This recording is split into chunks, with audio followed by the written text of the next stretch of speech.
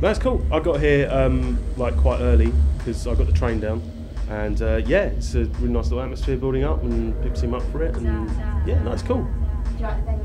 Yeah, the venue's cool as well. Yeah, I see it's like used normally for like live music, but no, the system's good and atmosphere's there, and yeah, it's Friday night. People seem to be having fun. Should be good.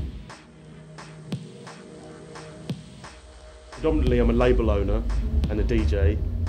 I'm not known for being a producer. Hopefully that will come because I'm spending more time on that. But I like to answer your question in slightly indirectly. I like running a label and DJing because I enjoy making music, but I'm still at that stage where it's getting a little easier, but still quite painful because I haven't made anything true.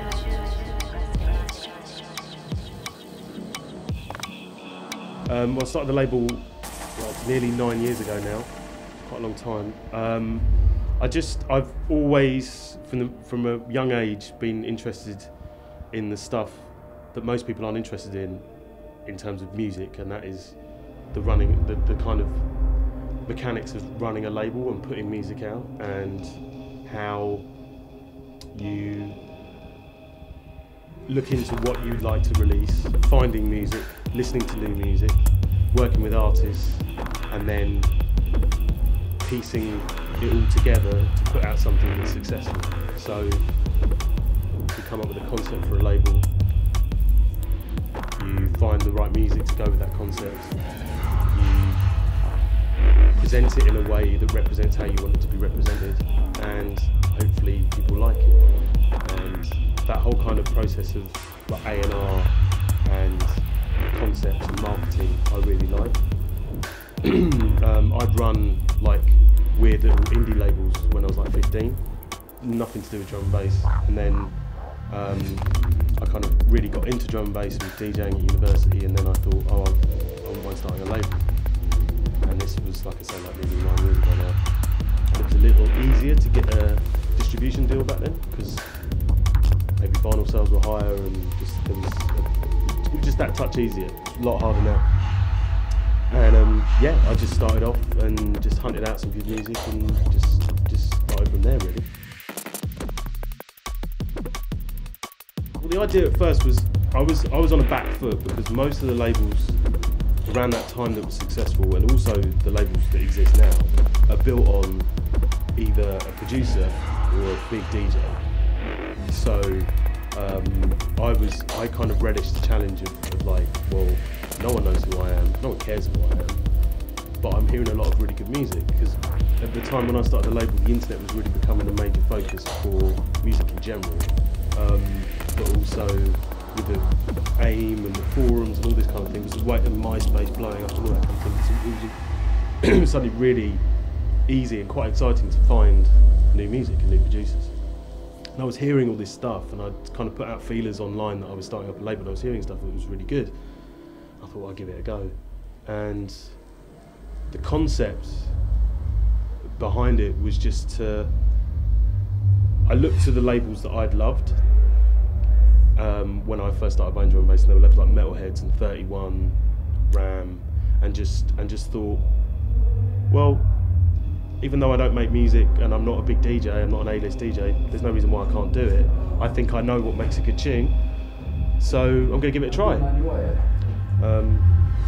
So yeah, that was kind of the concept was that there wasn't really any concept, but I just thought I'd give it a go, and I didn't really necessarily expect myself to get past 5 releases, but I knew that with like a brand, and if I took care of everything you're supposed to take care of, like have a good website, have a steady stream of good music, communicate well with like the people who listen to drum and bass, then hopefully it'll work.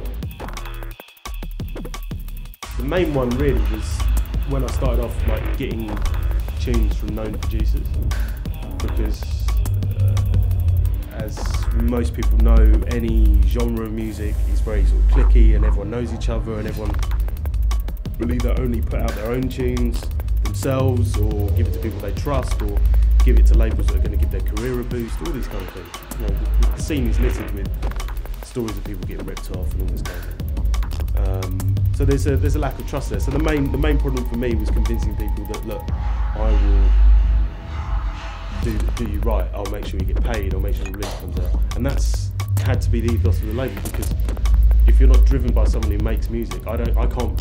If suddenly everyone said they're not going to give me any music, I wouldn't have a label anymore. So the label was basically built on that trust I have with artists, and without sounding narcissistic, the reputation I have for being someone who will pay people to do contracts, organised so that the artist can play at critical nights, all those kind of things, and make sure that there's more than just like, I'm going to take 2 tunes and you'll never hear from me again.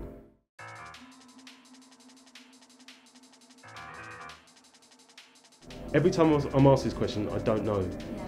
Yeah. Basically, the most it's going to sound really selfish, is basically what I like. Yeah.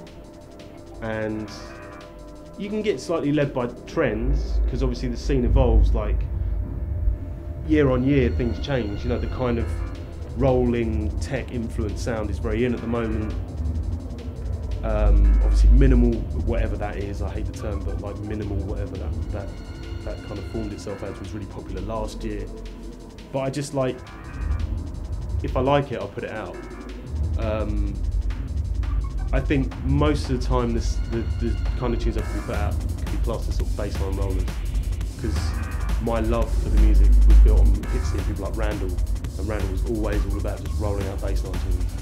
And then if you look at the kind of fundamental artists that I've worked with quite a lot, people like Break, or Caliber, or now Eni who's coming through, they just make amazing bassline tunes, bassline rollers, just good drums and bass, and everything else is like the polish on top, you know? So that's the only way I could describe it. I'm kind of obsessed with keeping on top of what's going on. The label's only as good as the music it puts out, as any label is. You put out 5 releases that aren't very good, people move and go somewhere else. So I'm just always listening to what's coming, and I'm talking to artists who, like, you know, there's like 5 or 6 artists I'm talking to now who are making tunes that aren't even ready to be played in the club, let alone released. But in a year's time, they will be ready, and hopefully those people will be leading the way, you know? So just keep it on top of it, just listen to music a lot. Every time you get sent a tune, like, you listen to it, because you never know what you might hear.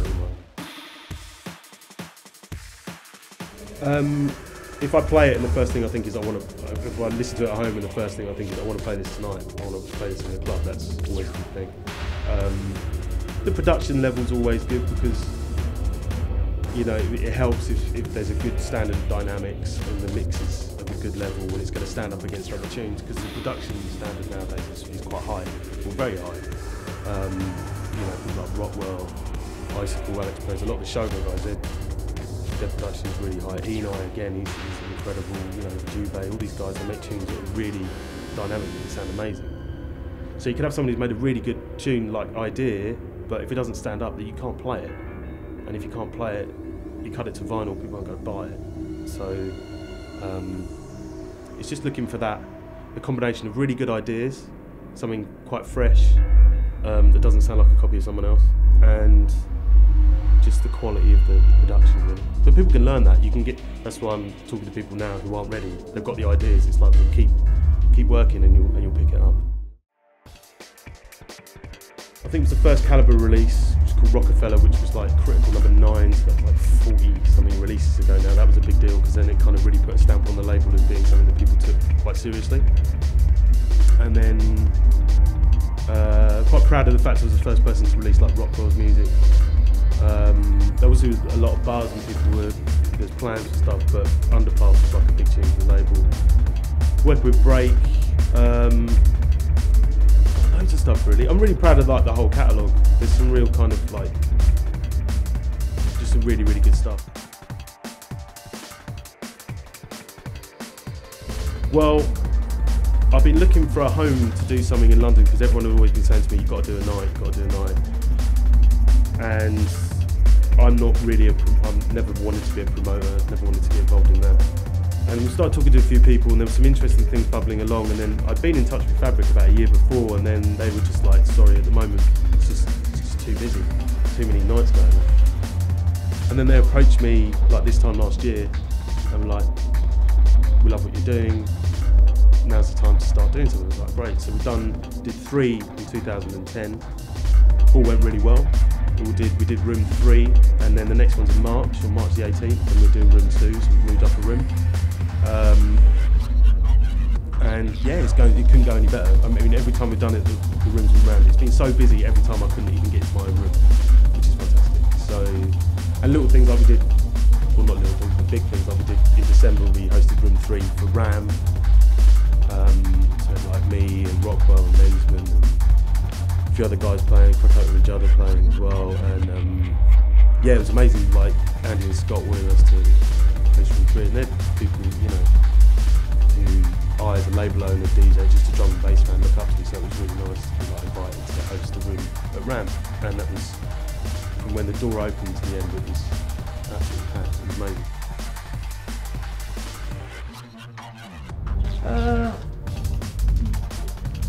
It feels like it's moving a lot quicker, but I still think it's still built on the basis of people like playing, hearing a good tune, wanting to play it in a club, people getting excited, people going out and hearing it on the dance floor and getting, you know, feeling the music and having that energy to want to sort of stay in the scene, because the nights are all really busy and popular scenes. I mean, every time I play, it's consistently a good crowd of people who seem to be into the music, which is fantastic. But obviously the internet's changed the landscape quite a lot, because I'm sure there's a lot of people who don't buy a record anymore, they just listen to everything on YouTube. But that's the nature of the beast. Everyone's got to struggle with that. So next week we've got a Rockwell EP coming out, the Aria EP, and then there's an Enei single, and there's a Sever and Paradox single. There's going to be an Enei album this year, and some more singles, and a compilation album at the end of the year, which is going to feature Face, Ulterior Motive, Lensman, Scientific, Total Science, Spy, Jubei, Vicious Circle, Enei, some other people.